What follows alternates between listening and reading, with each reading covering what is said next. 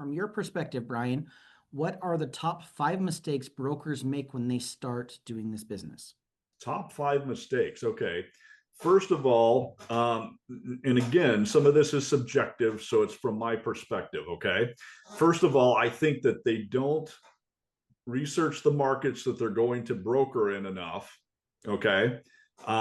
So I always tell my clients, let's get you into a market with a lot of investor activity. What does that look like? Well, minimum standard, there's been 100 investment activities over the last 90 days. Okay.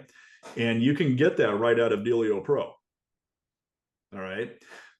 So not knowing the markets to invest in, because let's face it, if you're in a market, like I pulled one up the other day, there were 28 transactions in 90 days.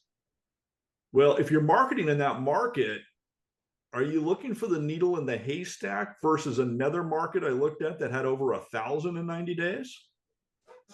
You see what I'm saying? So that's one. Second is too many things going on. Too many things going on. We're trying to broker money while we're also trying to broker notes, or we're trying to wholesale real estate.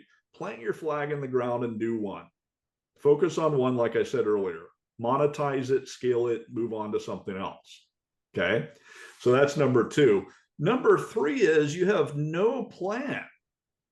You have no plan. You have no more specifically, marketing plan.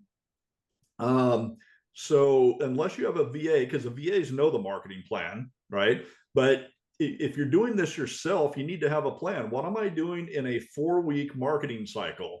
In week one, maybe I'm doing mailers, maybe I'm making phone calls, maybe I'm posting my ads, right, to meet the rule of 54. Look, bare minimum, rule of 54 are your KPIs, aren't they? Okay. So make sure you have a plan and you're clear on what that plan is, because that's the only way you can become consistent week to week. Okay. So that's number three. Number four, I believe, is they have a plan, but they're just not consistent. They let the noise of life, the distractions, get in their way of staying focused so they can gain results. And then they come back and say, well, this isn't working. Of course it's not working, because every time you stop your marketing, you're starting over again. You cannot stop marketing. Think of a big paddle boat out on a river. It takes a lot of momentum to get that wheel rolling, right, with water. Once it's going, it doesn't take much. But every time that thing stops, every time your business stops, your marketing, it's a screeching halt and you're starting over again. That gets exhausting. And then eventually you get frustrated and give up. Okay. Too much invested to give up. Okay. The only way you'll fail is giving up. So that's number four. And then I guess number five is what I'm going to refer to as emotional IQ and mental strength. Okay. And this relates to making adjustments in the business. I see people just letting things happen, right? And using excuses. So I could go on. There's probably number six is excuses, but there's no room for excuses. The success or failure of this business, regardless of who's helping you, whether I'm helping you, Brandon's helping you, it's on your shoulders. You're the business owner. You need to be resourceful enough to figure out where the gaps are and ask for help from somebody. All right.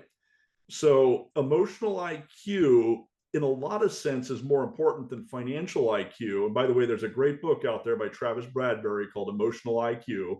There's an assessment in there. So if you don't know what yours is, go out and grab the book, take the assessment. You'll find out quick. And by the way, there's things in there to improve it as well.